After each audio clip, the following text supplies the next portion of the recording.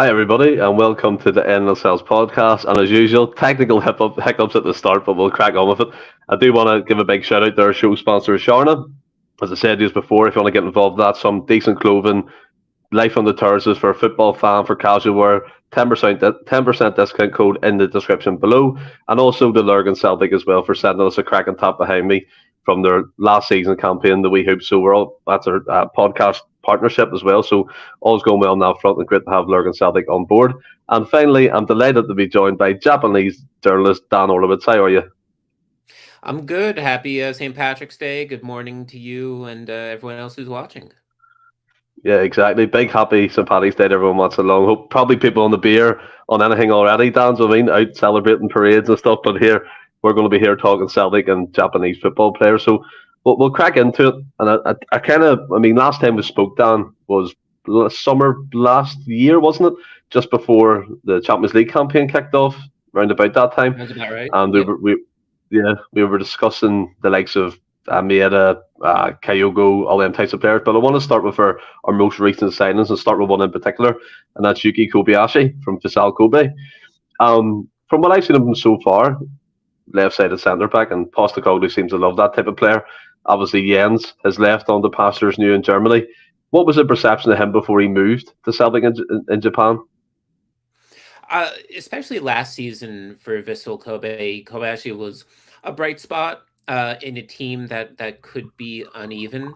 I think that Vissel are a very up and down club, just because of their circumstances. But defensively, I mean, he was solid. He was aggressive, young, and still a little prone to mistakes here and there. You know, he draws some penalties or give the opposing team some penalties in the box, and that sort of happens. But I think that those errors weren't so much an issue with his level and with his skills, just youthful mistakes. And I think that the kind of thing that you learn from over time, and that signing, I think we welcomed as a solid one. I think that you look at him, not a star, but certainly there's a lot of upside and a lot of potential in his growth and evolution as a defender. I mean, to be fair, the 3 games he's featured in, he played 2 full games and a half a game, and he's kept a clean sheet, and he played against Hearts and stuff like that. So tough opponents. What I like about him, I mean, when he first came in for his first game, obviously your Scottish game, physical, tall strikers and stuff like that. I think it might have been against Kilmarnock, and he seemed to kind of enjoy the physical battle. But what I saw of him in the second half against Hearts is he was up for it more. He was winning headers. He's a very, I wouldn't say he goes to the ground a lot. He stays on his feet, and he has a good turn of pace. Do you think, was he Starfelt in that position for Celtic? Do you think he's a serious contender for that position? I think it's possible. I mean, I look at his progression and Tomoki Iwata, who I'm sure we'll get to in a second, and I think that he's experiencing the learning curve that I expected from Leo Hatate when he joined. I think I expected he would get appearances, but still have to adjust to the pace of the Scottish game. And I think that's what we're seeing. But yeah, you mentioned sort of staying up on his feet and not going down easily. That is a quality that we like to see from our defenders. And it is very reflective of the kind of game that we play in Japan. Players don't go down very easily, and sometimes that is pointed out as sort of a negative in that they're not attackers, for example, try to stay up and they try to keep possession where they could go down and maybe even draw a foul or a penalty. But when it comes to defense, I think you do have to stay up, you do have to fight for it, and I think you do see in his style, in his spirit, he's solid in that sense. So can he become a starter? I'd like to see it. I think we're looking at, we'll get to it, the new generation of defenders who are coming up. Japan is looking a little thin at the back. That's one of our biggest concerns coming to the next cycle. So I think that we will be looking to see how he and some of his other colleagues in Europe progress. Yeah, I mean, he does look. I mean, his distribution for one is top quality. The way he can just find a pass and he can cut in the middle as well. And I think when you play Starfelt in that position, although I love Starfelt and most of my podcast members do as well, you lose a bit of that quality coming in field, where Starfelt's always looking for that out pass to Greg Taylor. Kobayashi can mix it up and play it in the middle. But, I mean, the signs are looking good. He's played 2.5 games, kept 3 clean sheets, and as you said, Japan squads will come onto that, Dan. That's a bit, I don't know, a bit weird at the minute in terms of Hatate and Kyogo, but I know you kind of give your explanation of what the coach was saying on Twitter, but we'll come on to it. The next signing I want to talk about is Tomoki Iwata, J-League Player of the Year. Now, to be fair, like, I thought he would have got more game time by now, but what I can see is what you said there. He's doing the Hatate learning experience, because last season it was a necessity that Hatate had to play straight away, where Iwata for me now can come in, drips and drabs, 10, 15 minutes, and straight off the bat, what you notice is his speed, his engine. He's mobile. He can cover the ground really well. With Postecoglou's former club in Marinos, was that the perception of him there too? Absolutely. He's not going to, rush from box to box, but he is just in midfield such a reliable presence, such a strong presence. And I think that he is maybe what we were looking for out of Yosuke Itaguchi and didn't quite see, in terms of just the ability to be that presence in central midfield and to really control things and distribute. And I think that having played at Marinos really does benefit him. He understands. Kevin Muscat is obviously playing sort of an evolution or sort of a branch of Ange Ball. And I'm not going to say it's Ange Ball because Kevin Muscat has made it his own thing, but it is from the same family tree. And so I think he's very well positioned to continue to play. I think that we're going to see a lot more of him, especially from next season. But for the rest of this season, he'll get the appearances when he can, and I think that when he does, he'll have chances to impress.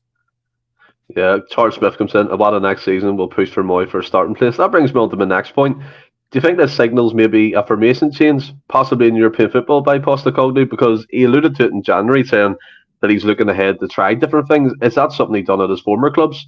Because you looked at Marinos, for example. I think sometimes they play with a back three, like a 3-5-2 type formation. Mm-hmm. Can you see that being implemented even more at Celtic now with the likes of Iwata and Kobayashi?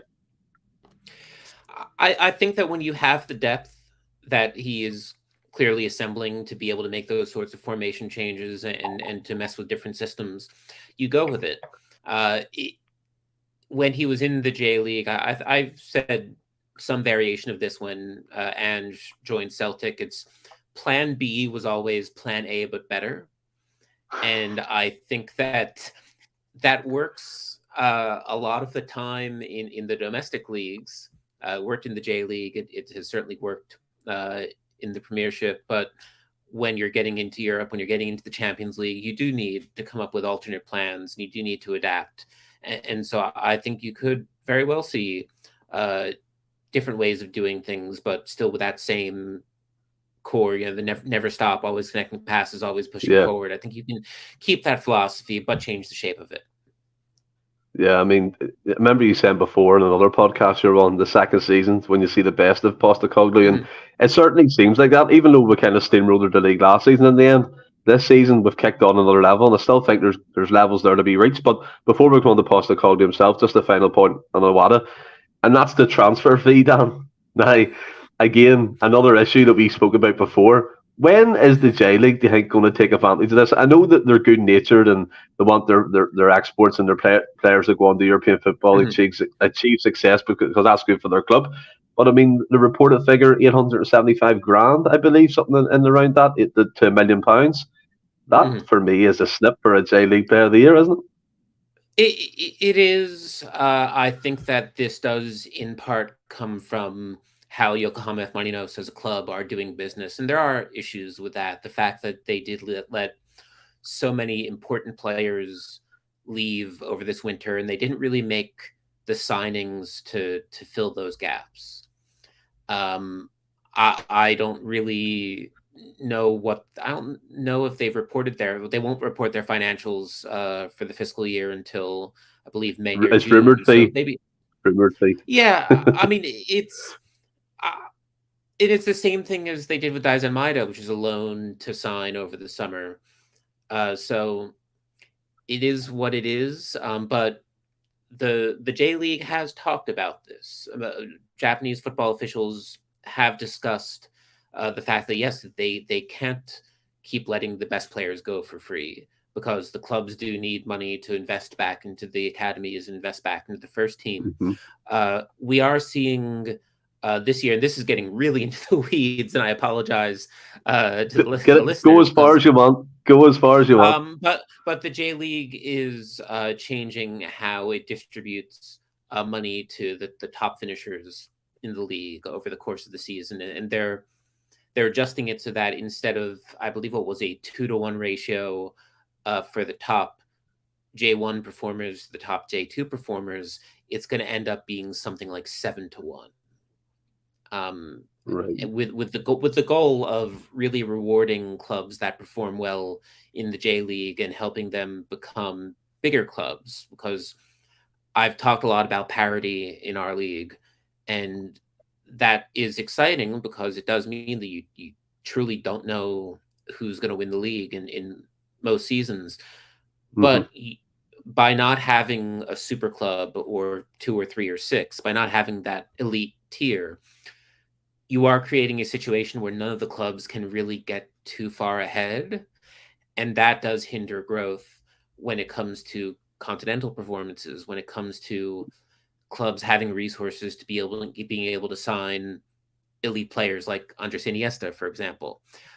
Yeah. So the goal is to create that cycle, and whether or not this is the right way of going about it, or whether or not that cycle is the best way to move Japanese football forward, that's something we're going to have to figure out over the next 4 years.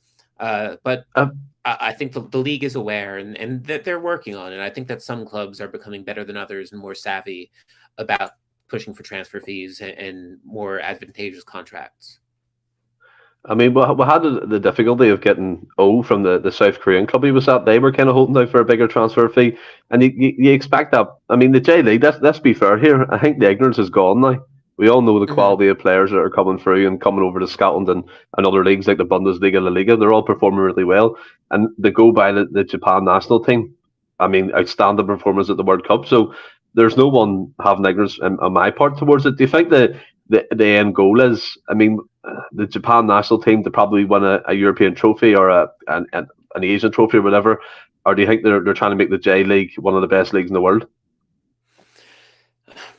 So, I mean, this is the J League was originally founded in the early 90s, and the goal of bringing professional football to Japan was at the time to help the national team develop and to get the national team to the World Cup, which finally happened in 1998. Uh, so the J League and the national team are obviously run separately. The J League is its own independent thing, and the Hmm. national team is under the Japan Football Association. Uh, and I think that everyone is on the same wavelength in terms of they want football to prosper in Japan at the grassroots level, at the professional level, at the national team, international level. And so I think everyone recognizes at this point that Japan's best players going to Europe is a good thing. To Yeah. for most definitions of a good thing. The question is, how do you continue to make the J League attractive to local audiences? How do you keep attendances up? How do you keep stars, either keep stars there or bring in new stars, foreigners? For example, we have tomorrow I'm going to see Kawasaki Frontale play Seto Osaka and Shinji Kagawa, who was at Hmm. Dortmund, he So was at yeah, could go. Manchester United, big player for the national team in the 2010s. So there's a couple different things. Yeah, on a couple different levels, they're working on it. I don't think I don't think the Japanese football world thinks of it as it's not a zero sum game. It's not that the J League wins or the national team wins. I think they're looking for a Yeah. way to have both, and I think you can achieve that. You brought up O, which is a really great point, and I think that for a while there was a lot of speculation that that transfer wouldn't happen Yep. because his Korean club was being so insistent. And I've talked to friends who are very up on the Korean leagues and on their setup over there, and they've suggested that that's actually to the detriment of Korean football. And in fact, if you count the number of Koreans who are playing in Europe versus the number of Japanese who are playing in Europe, it's night and day. The fact, I Yeah, think that true. at this point, I think Japan has over 70 players in sort of elite European countries, either the first or second tier.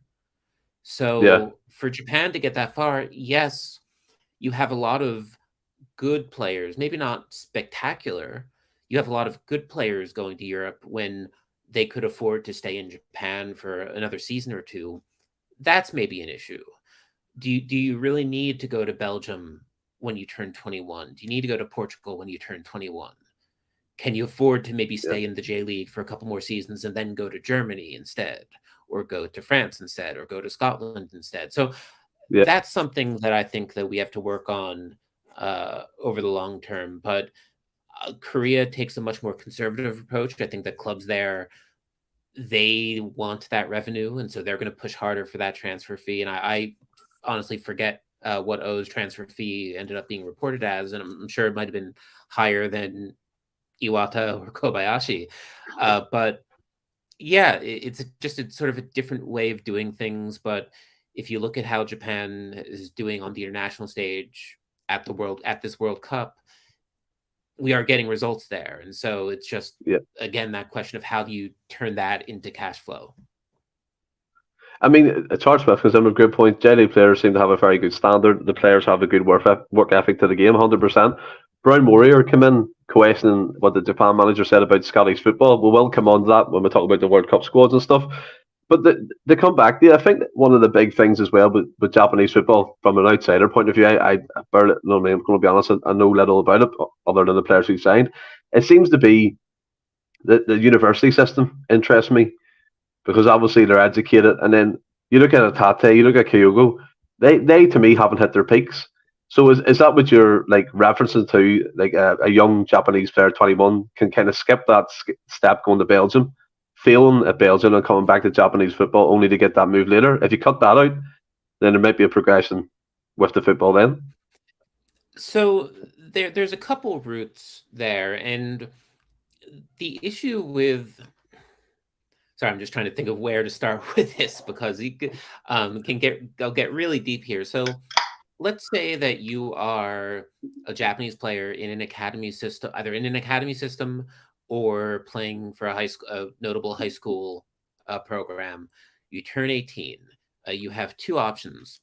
One is to join a J League club as a rookie, essentially, on I think a type B or C contract. I don't quite remember offhand, and or pro, I should say pro B or pro C, and then you sort of work your way up, and you eventually get the A contract, and eventually, if you're in the right position, yeah, you can make a move to Europe, but it will be much more under whatever terms you signed as an 18-year-old. And those Mm-hmm. can be sort of restrictive just because in Japan, the age of adulthood is more or less 20.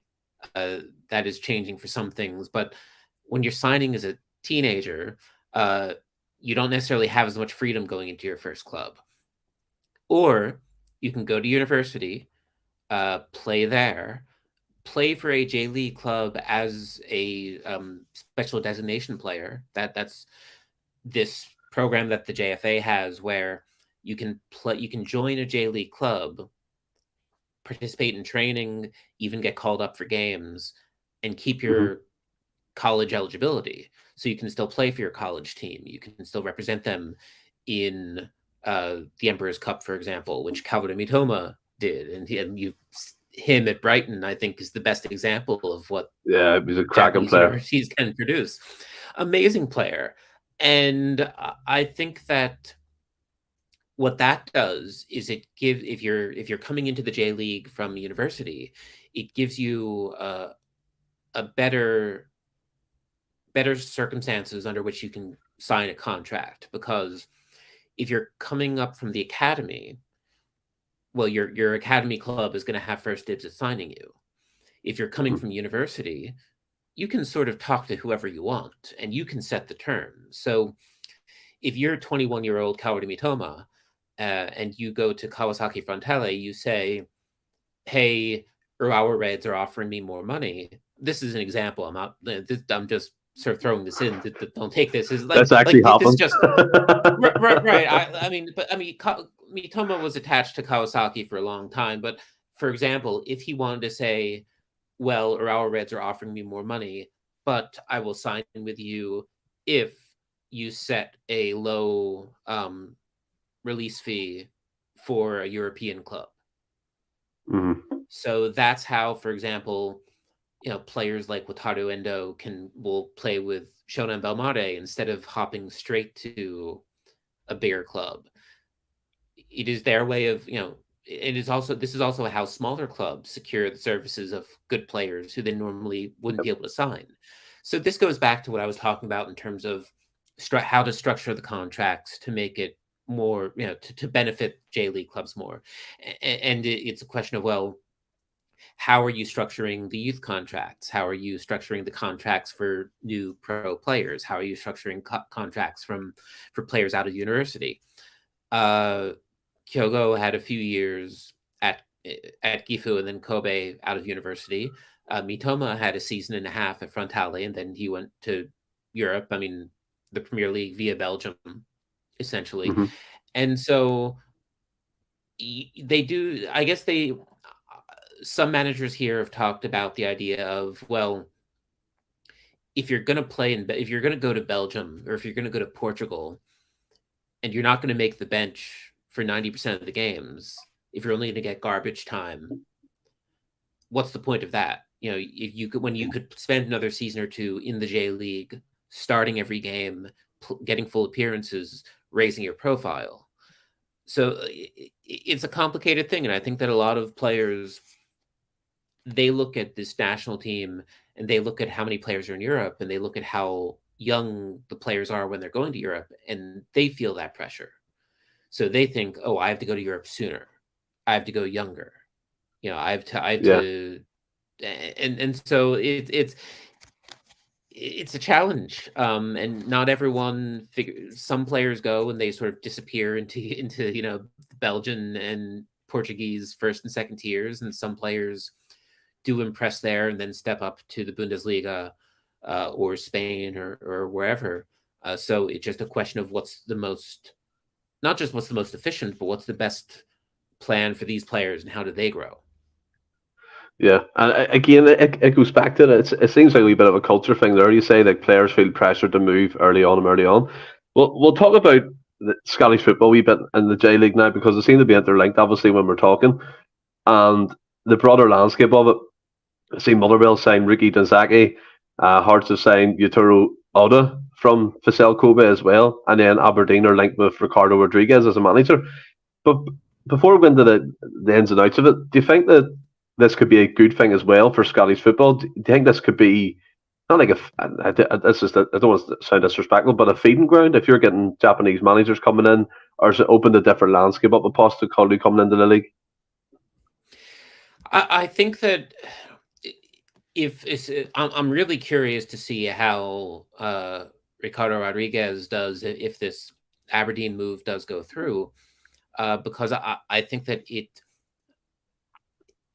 at this point everyone understands that Japanese players are quality and that you can be in the J League and do really well and use that to advance your career. Managerially, it's a little tougher. We haven't had too many examples of J League coaches really going to Europe and then getting a step up and turning that into a big career. You had Arsene Wenger at Arsenal, via Nagoya Grampus. You have Ange at Celtic now. You could have Ricardo Rodriguez, who's I think he coached in Spain for a bit, but he spent most of his career in Asia, Saudi Arabia, Thailand, and Japan. And now he's getting a big chance. So I think that with the amount of attention that Japanese players are getting and that J League clubs are getting, the coaches are going to start to get attention.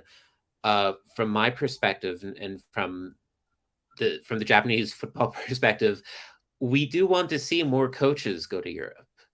not just foreign coaches, but especially Japanese coaches. I think that's one of our biggest Yep. weaknesses right now. And that's the most difficult gap to bridge because there's culture, there's language, which is really tough. We have had Japanese coaches go to Southeast Asia, Vietnam, Thailand, Singapore, and they've done decently well. But being able to create a Japanese coach who can say go to Scotland and coach a second or Hmm. first division club, that would be a huge accomplishment. And I don't quite know if we're there yet, but that's something to look forward to over the long term. And that's something it's a bucket list thing, but it's something that I think a lot of us would like to see. Yeah, I think as well, like the whole like Brian Murray comes in with a good point. Scotland could be a gateway to England and or Europe for these players, i.e., prove yourself in Scotland where the game is similar but not the highest level, then hope you shine. I mean, that's necessarily what it is for all leagues who aren't in the top five, isn't it? You Mm-hmm. go to leagues and hope you get that move. Do you think, see with Ricardo Rodriguez, I find it interesting. I'm all about ambition for Scottish teams, right?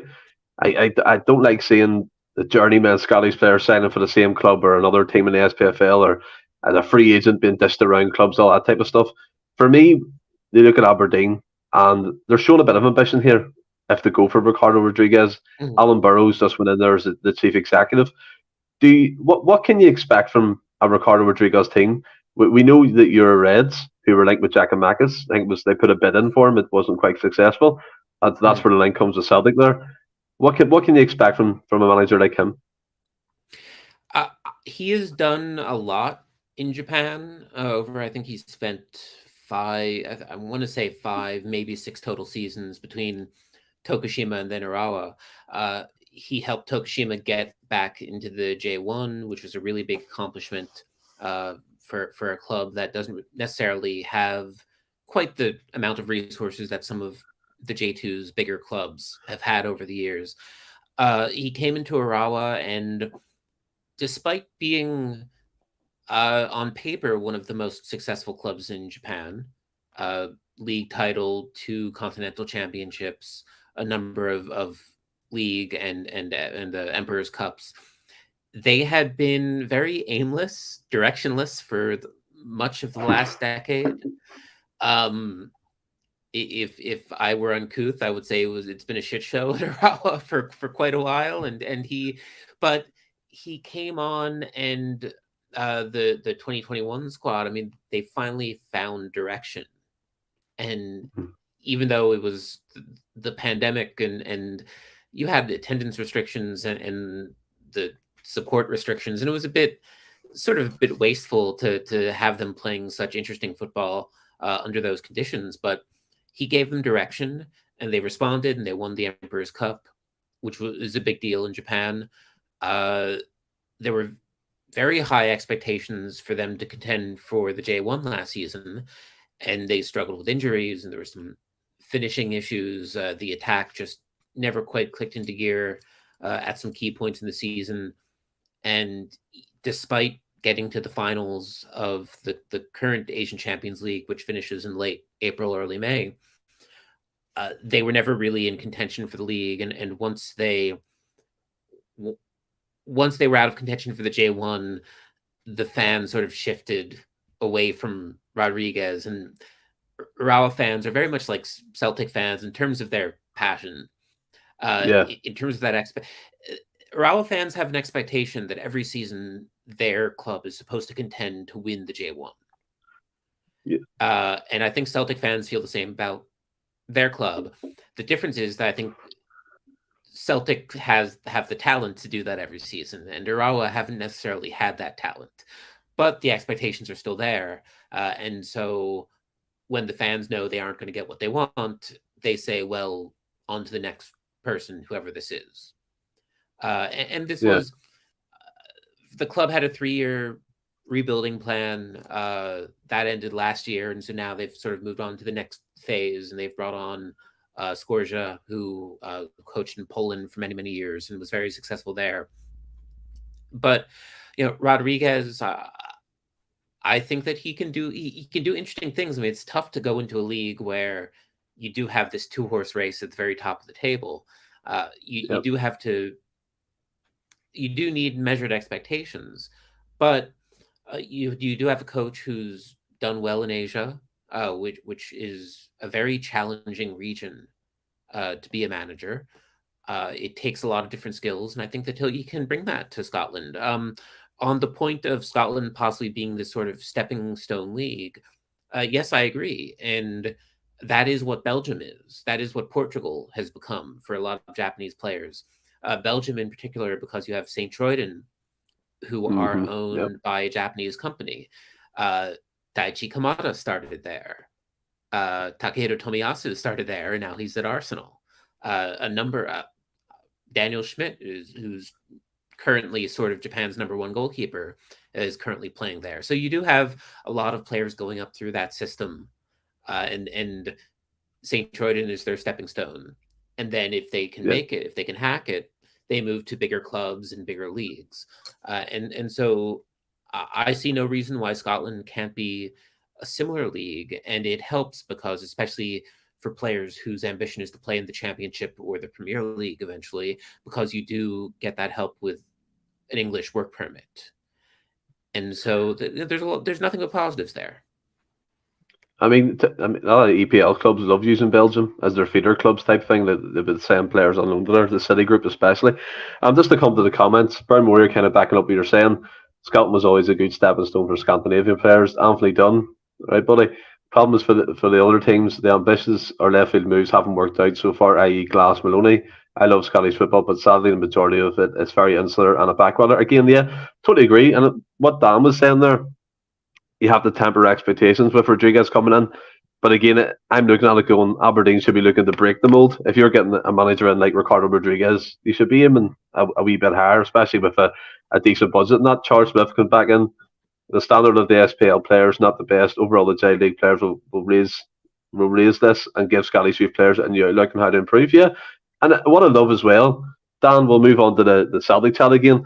What I love as well, the Japanese players are very humble. They're very just personalised, and they set a good example.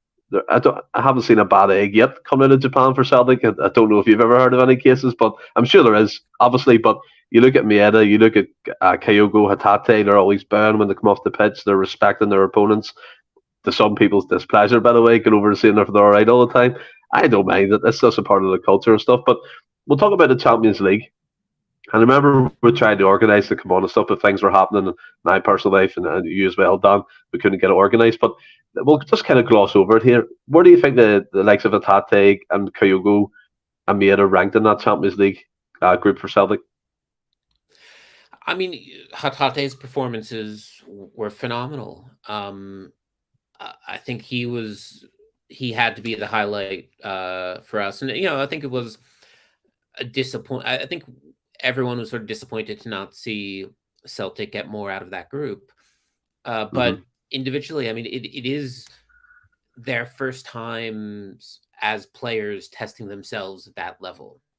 And so, I think that it is a challenge for those players, but for Hatate to do as well as he did against, the likes of Real Madrid, those were some amazing performances. And you don't want to say that. I don't think it was a case of, I'm not going to say, the rest of the team let him down or whatever. Certainly that's not the case. I think that it was a wake-up call for everyone.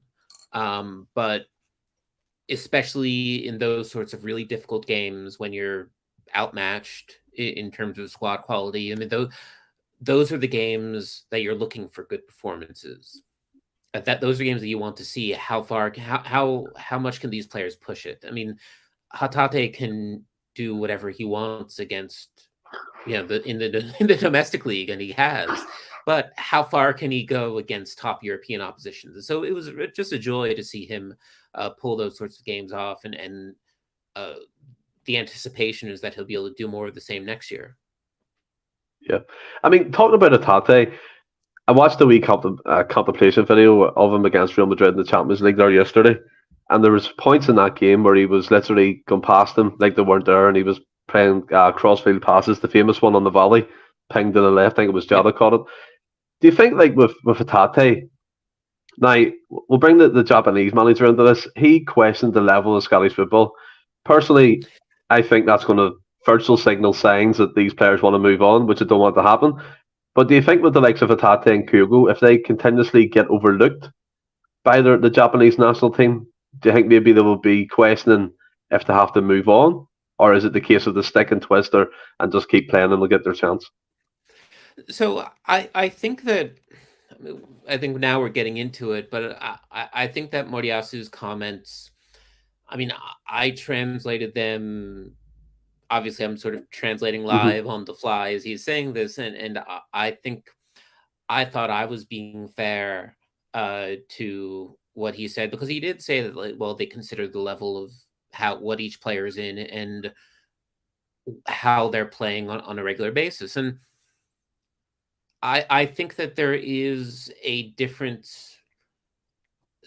I hope this isn't two apples to oranges, but there is a difference between the opposition that Celtic face week to week in domestic competition and the level that, say, Arsenal and Takehiro Tomiyasu face week to week in domestic competition. Now, I get that argument. Right. So I think that they're looking at that, and they have to. It goes back to what I said earlier about how there are 60 or 70, more than 70 Japanese players in Europe now. They have a lot to look at. And so I think, I mean, we would all like to hope that when Moriyasu said he recognizes the level that Kyogo and Reo are playing at, and that he acknowledges that they would bring something special to this team, I think everyone hopes that he is genuine when he says that. Yeah. Do they think that they need to move on to get a spot in the national team? You would have to. I don't want to put words in their mouth, especially because I know from your perspective, because you've obviously seen them come from Japan to Scotland. Right. I mean, I think that I'm not particularly concerned that they didn't get called up this time around. I mean, this is, again, I'm looking at it as in the context of Japan has 9 friendlies between now and when they play their next competitive game, because World Cup qualifying does not start for us until November. So that's 9 friendlies. And so if Moriyasu wants to be a bit experimental for the first 2 of those 9 friendlies, I'm not concerned, because I think we all know that, yes, Hatate and Kyogo would be great assets to any Japan squad. But do you need them for these games? No. Like, it doesn't matter. It doesn't matter. But if they're not called up for the June friendlies, I believe there's 3 of them in June, I start to get a little concerned. And I think that at the very latest, they should be called up for the October I believe the October friendlies are going to be played in Europe, which means that they don't have to deal with the travel. And so if they're not in the squad by the September window or the October window, then we have a problem. But, as far as finally getting to your question about do they feel like they need to move on to have a better chance at the national team, I think that if you are playing at this elite level and you want to improve as a player, then you're always looking for that step up. And so regardless of what they are thinking about that in the national team in particular, yes, if your goal is to play in the Premier League for a top 6 club, then that's always going to be on your mind. And I don't think that they're packing their bags, but you are thinking about eventually taking that step up. And I think that taking that step up does come, it does get attention. And yes, it may make you more attractive in terms of national team call-ups, because you are playing against a much higher level of opposition week after week. Their Champions League campaign was 6 games. And that's, it's unfortunate. But it's much different than the Premier League and 38 rounds against your Cities and your Uniteds and your Brightons, for example. So it's like I said, I'm not bothered by this. I think that what Moriyasu is doing with this national team or with this squad makes sense. He wants to sort of kick the tires. He wants to see how well everyone's doing 3 months later after the World Cup. He wants to give a handful of potential Olympic players, some inspiration, some motivation, and I think that's all fine. But eventually, yes, you do want to see Kyogo and Hatate in the lineup, and I think that if Moriyasu didn't want to send them a message, he wouldn't have answered the question, which he's said in the past he doesn't like to talk about players who aren't selected. But he answered the question. So, yeah, I don't know. I hope I've expressed enough nuance in my answer, but yeah. To be fair to you, like when you break it down like that, it obviously sounds a lot better. But when it's always the same for me, people question the level of Scottish football, the ambition of football players to play in that league. Should they move on after 1 or 2, 3 seasons? And sometimes, like you look at Nakamura, Charles Smith came to a great point beforehand. He was a Japanese legend while he was at Celtic, so you can flourish in your national team and play for a Scottish club. I don't think there's any issue with that. Antonios comes in. Kyogo was 28. I feel for him not making it to the last Japan World Cup squad, as it may have been his last opportunity to represent the team at the World Cup. You look at Kyogo. Do you think, for his personal level, he's playing the best football of his career so far? Yeah, absolutely. And his case is a little different because he did get opportunities to play for the national team, and he didn't really make the best of them. You can't necessarily blame him, because the way the national team was playing, I should say, was not necessarily suited to the kind of football that he's playing at Celtic.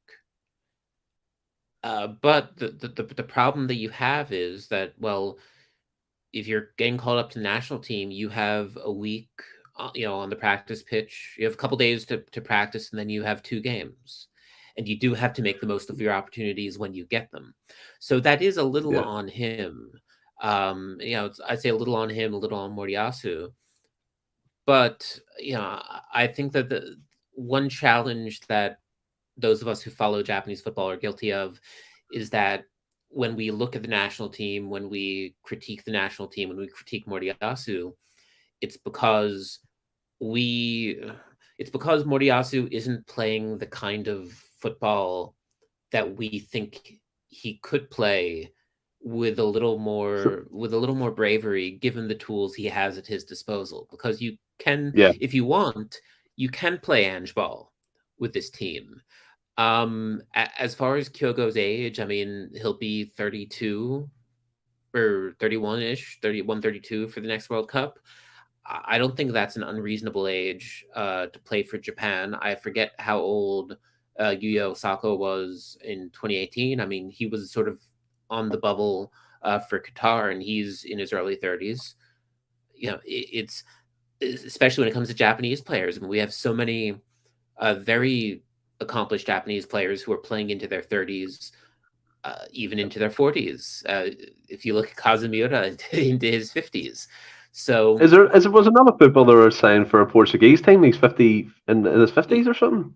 55, and he's 55? he's signed for a second division Portuguese club, and a Japanese company bought them over in the fall. Oh, right. And it's the same company that owns Yokohama FC, which is who his Japanese club is. So he's there on loan, I believe, for half a season. I don't even know if he's played yet. That's incredible. That is incredible. And they want to be another sort of stepping stone for Japanese players, which is what we discussed earlier. They want to be able to bring in Japanese youth players and give them a chance. And I don't know if signing a 55-year-old is sending the best message in that regard, but so I do think that Kyogo is under more pressure, because if this wasn't his last chance at the World Cup, then certainly 2026 is probably his last chance. But you can even say things like maybe he should be an overage pick at the Olympics next year. That would be perfectly, plausible. I think there's plenty left. And like I said, I think that Kyogo, or as far as Hatate is concerned, it was 2022 was too early for him. But I do think he can, should, and will be a star in 2026. I can see it more from Hatate's point of view that maybe you're right, Dan, it was too early, but Kyogo just baffles me. But we'll talk about a player that he seems that the Japanese manager seems to have a wee bit of a sweet tooth for, and that's Meada, who went to the World Cup. Much to our surprise as well, because he wasn't really on form before that. But what I can say, since the World Cup, he's come back like a man possessed. He's been on form, he's scoring goals, he's assisting. Do you think, like with Meada in that Japan team, playing up front as a striker, we don't necessarily see that at Celtic. What did you think of him, and especially his form after the World Cup?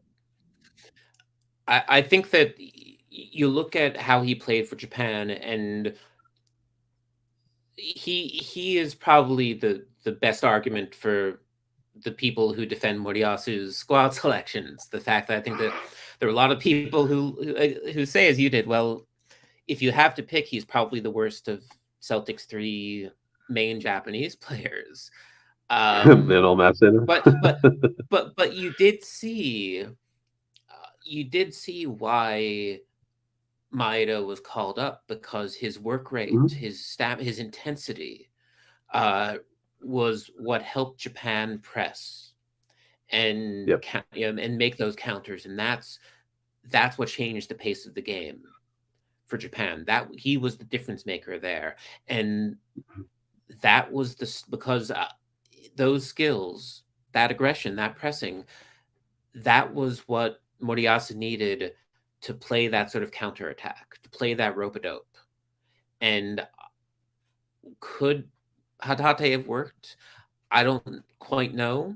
He would have done. He would have. He could have, but okay. But here's the thing: for Hatate to work, you need to be playing possession-based football, and that's not what Moriyasu was playing. Moriyasu was playing rope-a-dope, and it worked to the extent that it worked in the group stages. But I think Moriyasu has always has sort of this different perspective. He hasn't been playing Ange ball. I think that's the thing. Everyone wants to see Japan play Ange ball, and Moriyasu isn't quite ready to make that leap yet. And so, if you're going to be playing counter football, if you're going to be playing that press, then Maeda makes perfect sense. And I think that him playing at the World Cup did inspire him.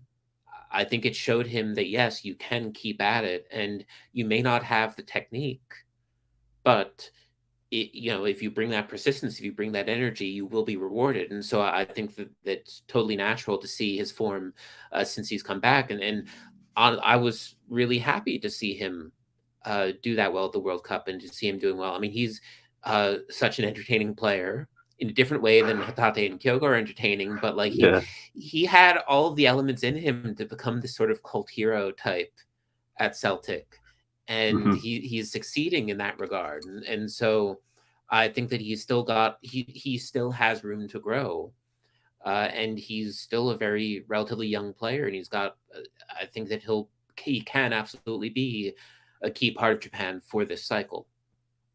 You cannot train that raw aggression and raw speed that he has. It's incredible. I agree with you about the touch. Sometimes his touch can be questionable, but seeing all the big games for us, he plays no matter what if he's fit.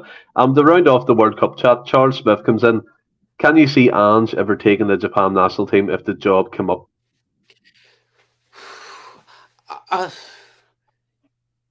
Cards on the table, Dan. Let me hear you. You would love to see it. I think that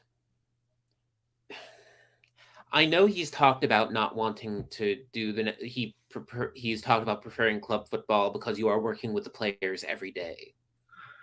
And I think that you do sort of need that when you're playing Ange ball, because it does require that you keep it up over the course of a season. It's not something that you can learn in a week of, in an international match week. It would be fun. We love to see it. I don't know. I think that I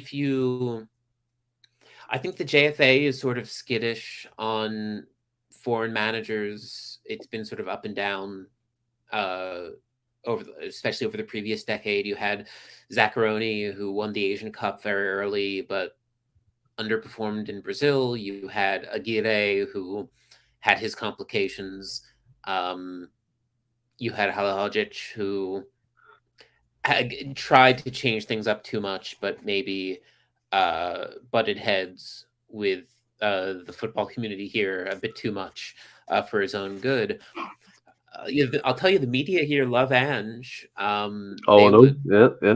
They would love to have him back. I mean, I think that if you want to play that sort of style, you can go for like a Japanese manager like Toru Oniki, who has been playing his own attacking brand at Kawasaki Frontale for, God, how long has he been there? 6 or 7 seasons at this point. It's a long time.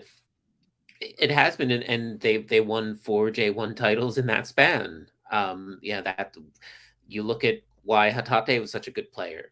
That's where he came up. You look at Kabaru Mitoma, that's where he came up. So I know Ange was reportedly on some short lists. Can the JFA afford him? That's another question. But if they got the opportunity, it'd be fun. I don't think there's a lot of people who would say no to that. I mean, over here, Dan, according to every journalist and every media organisation, Postecoglou's been on every short list that's been available for jobs. He keeps getting mentioned for everything. Sometimes you just think they want him away as quick as they can. But when you were last on, we spoke about Meada, Hatate, and Kyogo. Now we're going to speak about the other one of the 4, Ideguchi. I feel so sorry for this player because what I've seen of him for the short time, he looked decent. He could carry the ball, he could play good passes. And I know he went to his new club on loan from us, and he's broke his ankle, or he's done something to his ankle, and he's out for 3 months. He fractured it. He's out till June, I believe. And it's just like, this is just sort of like, Ryoma Miyaichi is the player I'm thinking of who would. I mean, he was signed for Arsenal, and then one injury after another, and he played at St. Pauli for a while in the 2 Bundes, and he came back to Yokohama, and he was getting into the national team picture, and then he did his ACL again. I think he's had like 3 ACL tears in the last decade. Ooh. And he keeps coming back. It's amazing. I mean, the fact that he can keep getting injured like that, and yet he keeps recovering. Ideguchi, I mean, it's such tough luck. Brutal. Yeah, it's a shame because I think I might have mentioned this when I was on last. I was pitch side doing photography in, I think it was 2017, when Japan clinched World Cup qualification. It was with a win against Australia. I believe under Ange Postecoglou's Australia. And the second goal they scored was this Ideguchi rocket. I mean, this thing could have gone to Mars, the intensity behind it. And you saw that, and you thought that he was in the running for the national team. And that was the game that was his arrival. And then he was sort of on the bubble for Russia. And it didn't happen. I think he was one of the backup players, but he didn't make the squad.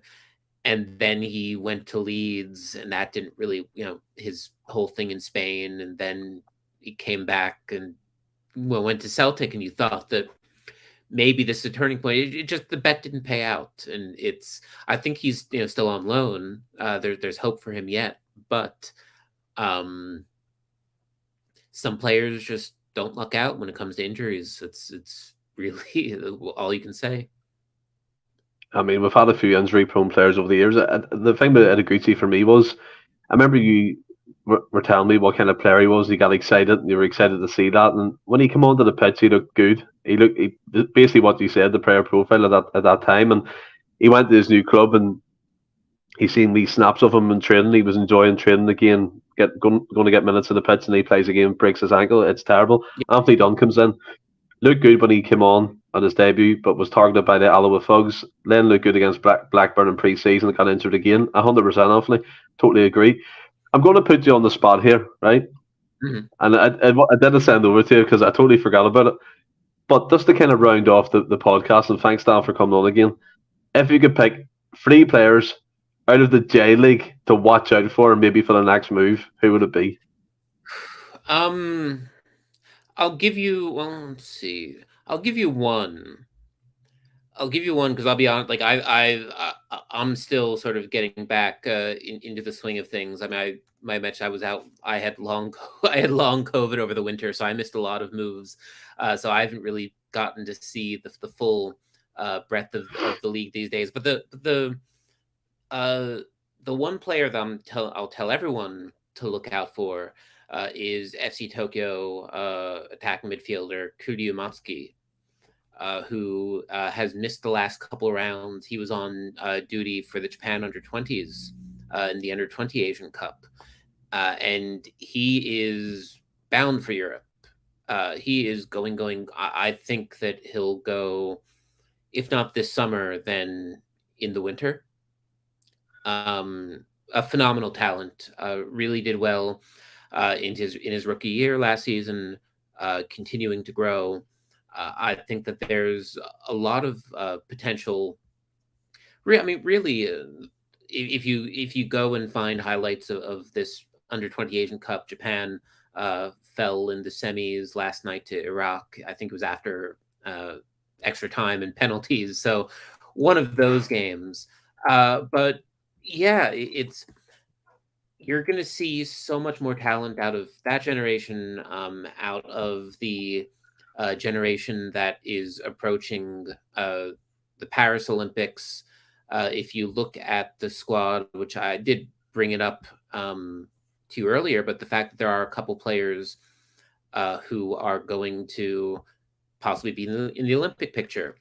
Yokohama F. Marinos, Yotaro Tsunoda, who played last year, and he's in the squad. Riku Honda from Gamba Osaka, he's I believe a defender, and he's gotten his first call up.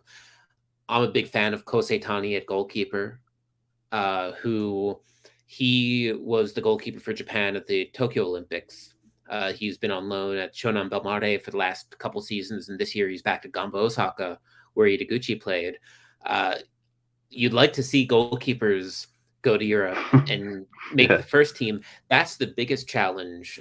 That's where Japan is probably weakest in terms of not necessarily the talent pool, but in terms of development, because we had Eiji Kawashima for so long, and then Shuichi Gonda sort of became the first choice for Qatar, which was a bit of a head scratcher. But now we don't quite know where that's coming. Another youngster who made this Japan squad is Kashif Bangnagande, who is left back at FC Tokyo, sort of a disciple these days of Yuto Nagatomo, who you may know from his time at Inter. Yeah. Played four World Cups with this national team. So Kashif his father is from Ghana and his mother is Japanese. So it's nice to see that. It's nice to see that sort of diversity in the Japan squad. And he's definitely going to be an Olympic contender, national team project someday. Really eager to keep an eye on his development and how he does. But yeah, look at the under-20s. Look at I believe there's another under-20 or under-22 squad that just got announced for a European trip either late this month or early next month. So tons of talent. Just watch, and I will promote the league here from this year. I believe the J League is showing live games on YouTube now. I'll get into that. I'll get into that. 4 games around. And you got basically everywhere in the world but Japan and a couple other countries. So you can just watch the J League. We've still got those 2-3 p.m. kickoffs. So, you might have to get up a little early for it. But, there's no football like free football. And exactly. I think they're mostly focusing on some of the bigger clubs, but it will give you a chance to watch to watch these teams play and to see who's available. So it's like anyone can sort of be a scout at this point, because there's so much talent And there really is so much to see, and it's really good to see the J League do the streaming, do the YouTube thing after dealing with sort of weird broadcast deals for the last few years. So do take advantage of that. And hey, we're open to tourists again, so I hope come out to a game. Masks are going, cheering is back, atmospheres are returning. It's just this is going to be a big year for the J League, especially because it's the 30th anniversary season. So there's a lot to celebrate. 100%. And the whole scouting point, I was going to say that as well. So well brought up. There'll be a lot of people in their armchairs watching the Japanese players. He gets in for Celtic, he gets in for Celtic. I mean, there's no doubt that in my mind there will be another big influx of Japanese players to the league, whether it's at Celtic or other clubs, because I think what's happened is, like what you told me before, Postecoglou opened a new landscape in Japan, and he's done the exact same thing in Scottish football. There'll be teams looking there. Hearts have done it. Motherwell, well, although Tazaki was in the A League, but he played in the J League for a team. So there's plenty of scouting opportunities and stuff across the world and across the globe. But I mean, Dan, thanks for coming on again. Have you enjoyed it? I have. I hope you got. I hope I haven't bored your listeners too much. No, it's always a pleasure. It's been it's been so cool to see these players evolve and to see them become so beloved by Celtic fandom.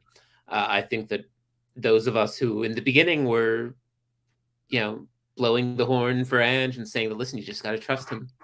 And hey, he delivered. And I think that it's amazing that Kyogo and Maeda have done as well as they have so quickly. And, as for Iwata and Kobayashi, give them time. Maybe we'll see them suit up here, because it hasn't been announced yet, but there is that summer tour that has been rumored, and yes, it's all but confirmed. I mean, everyone sort of understands it's happening. I have no details. I even if I wanted to leak something here, I truly do not have any details. I think everyone expects that Ange they'll probably play one game against Marinos, just so Ange can face his former club, and so Maeda can face his former club. I think that everyone sort of expects that's going to be one of the games. But the J League is planning a lot for the summer. I think that they're going to do the World Challenge, where they sort of call up a couple of big European clubs. Manchester City are rumored. I've the heard PSG, the other team, isn't it? So PSG came here last year, and it's been rumored that they're planning another trip. And I don't have that confirmed yet, but it printed money. That tour set a record for like merch sales for like a sporting event in Japan. They were pulling in $1 million a day. So if they, yeah, I mean, they sold tickets to their training sessions, and those sold out. So yeah, they can print. PSG can come here whenever they want. Do I want to see it? Not, meh. Like, been there, done that. But I mean, I think Celtic. I think Celtic is a lock. Man City is very likely. Bayern have been rumored. I don't know if they're going to play each other while they're here. I think that the J League wants to see them play against Japanese clubs. But it's going to be a really cool summer to get those clubs out, to get them out in front of full stadiums with fans cheering, which we didn't have last year. And yeah, so that's something to look forward to. And hey, if you come over for the Celtics tour, we can do a live version of this sometime. Oh, Dan, that's a brilliant invite. I mean, I hope to take up on this just to travel. I hate airplanes. I'm feared of going on planes, so I'll think about it. But in terms of that as well, I mean, I seen your post about the Celtic FC Twitter account. That's fairly grown, the Japan one, in terms of the European clubs, which is great to see. And I do want to make the viewers aware, we will be back again tonight at 8 p.m. for our usual podcast slot. So you're getting 2 podcasts in one day, a brilliant day, which is St. Patrick's Day. And I hope you all have a great one. And we'll see you later on tonight. Stay well, keep safe. Hail, hail.